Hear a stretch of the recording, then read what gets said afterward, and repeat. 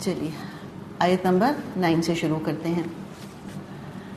اچھا، ہم نے بات کی تھی نا کہ اس میں کمپیئر اینڈ کانٹراسٹ ہے. یہ بھی اس کا ایک اسلوب ہے، اس کا اسٹائل ہے کہ دو چیزوں کا کمپیریزن کیا جائے گا. یہ رویہ، یہ چیزیں اور یہ چیزیں، جیسے بلیک اور وائٹ کا کمپیریزن ہوتا ہے، اس طرح کمپیریزن ہے. فرمایا آیت نمبر 9 وَلَئِنْ أَذَقْنَا الْإِنسَانَ مِنَّا رَحْمَةً ثُمَّ نَزَعْنَاهَا مِنْهُ إِنَّهُ لَيَئُوسٌ كَفُورٌ. جب کبھی ہم انسان کو اپنی رحمت سے نوازنے کے بعد پھر اس کو محروم کر دیتے ہیں تو وہ مایوس ہو جاتا ہے اور ناشکری کرنے لگ جاتا ہے.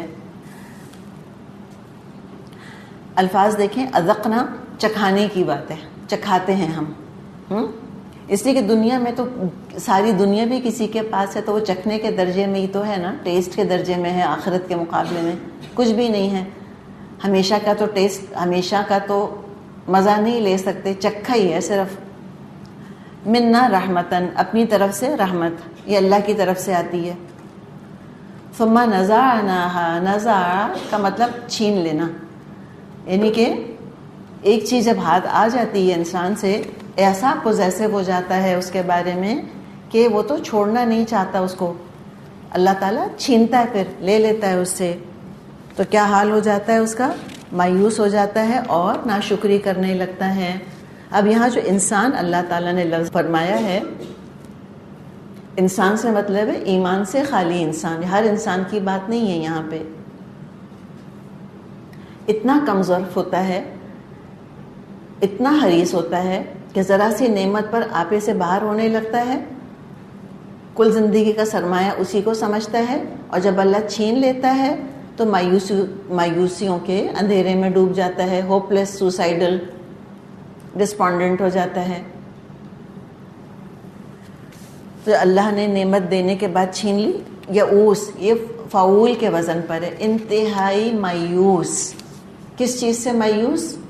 اللہ کی رحمت سے. اللہ کی رحمت سے مایوس ہو جاتا ہے، اللہ کو برا بھلا کہنے لگ جاتا ہے. کفور، یہ بھی فعول کا وزن ہے.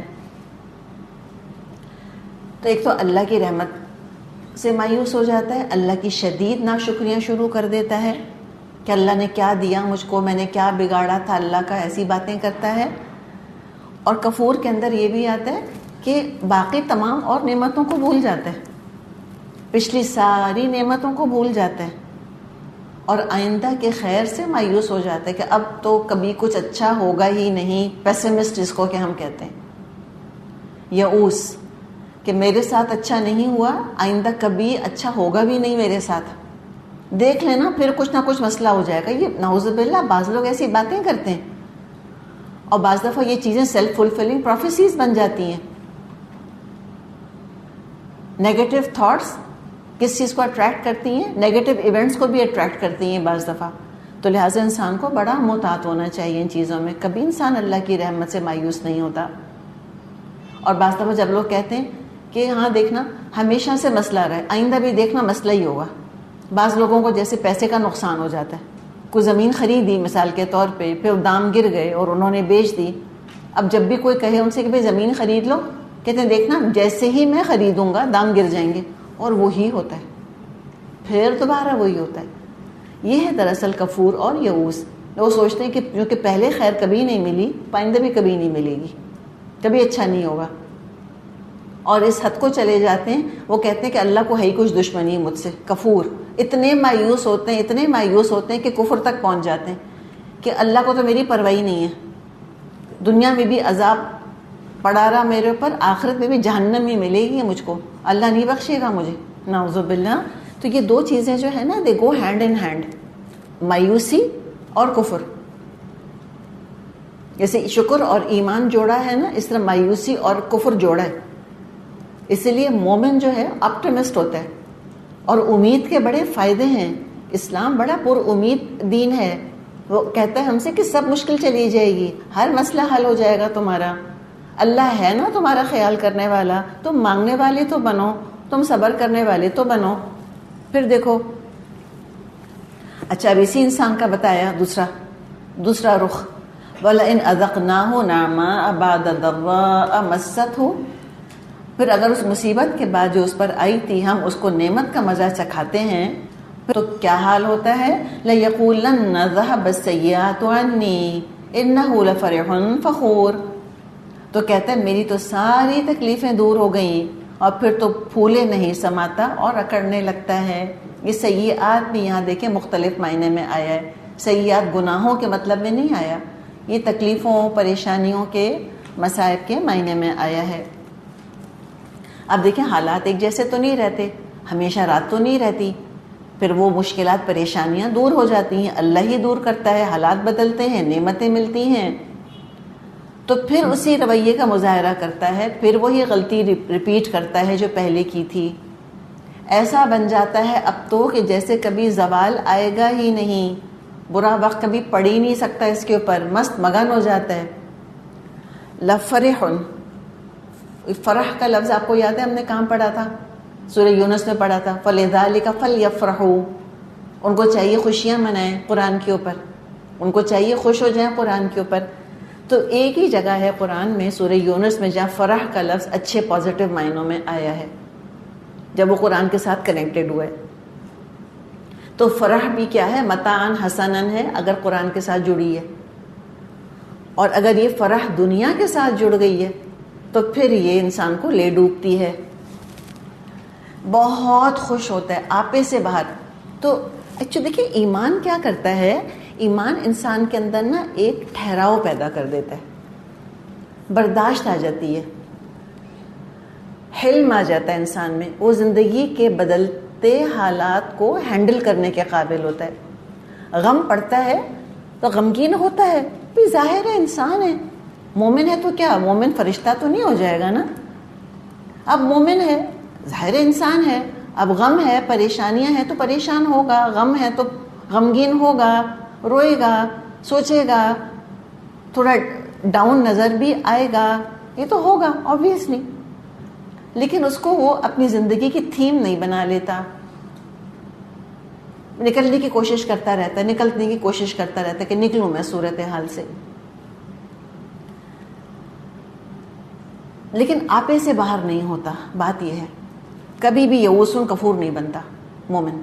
اسی طرح نعمتیں اللہ تعالیٰ دیتا ہے، جب نعمت ملتی ہے تو انسان خوش ہوتا ہے، خوشخبریاں ملتی ہیں تو خوش ہوتا ہے، پوری باڈی لینگویج بتا رہی ہوتی ہے انسان خوش ہے، چہرہ چمکتا ہے، ہم بات بات پہ مسکراتے ہیں، غصہ نہیں آتا، مزاج اچھا ہوتا ہے، ہاتھ کھلتا ہے، مٹھیاں کھلتی ہیں، سبھی کچھ ہوتا ہے الحمدللہ، دل کے اندر لڈو پھوٹ رہے ہوتے ہیں، سبھی کچھ ہوتا ہے الحمدللہ، لیکن اس میں آپے سے باہر نہیں ہوتا۔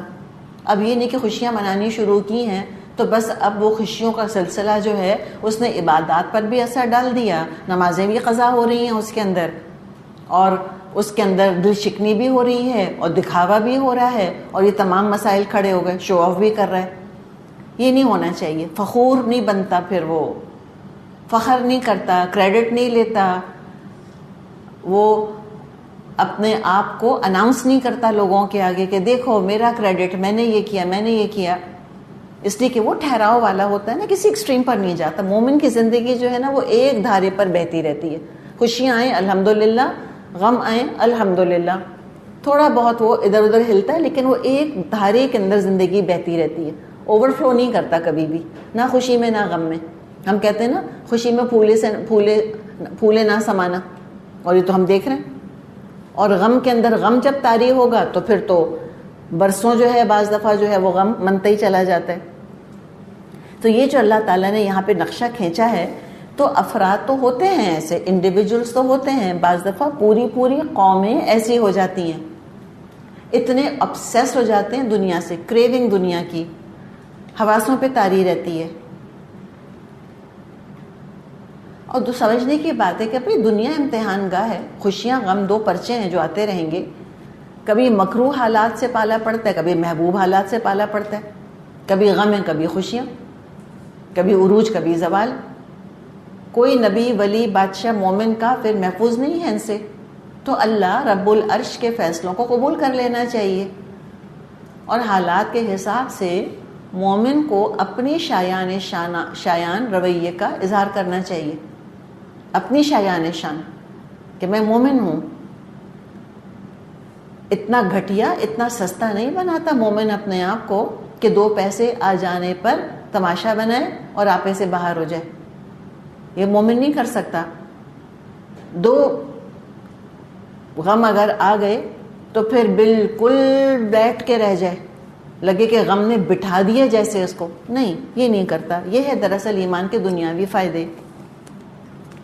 تو کون اس برے رویے کا اظہار نہیں کرتے؟ الا الذین صبروا, مگر وہ جو صبر کرتے ہیں, وعملوا الصالحات, اور جو نیک اعمال کرتے ہیں, اولئک لہم مغفرۃ واجر کبیر, ان کے لیے درگزر بھی ہے اور بڑا اجر بھی. یہ بھی آپ دیکھیں بڑے مزے کی ترکیب ہے.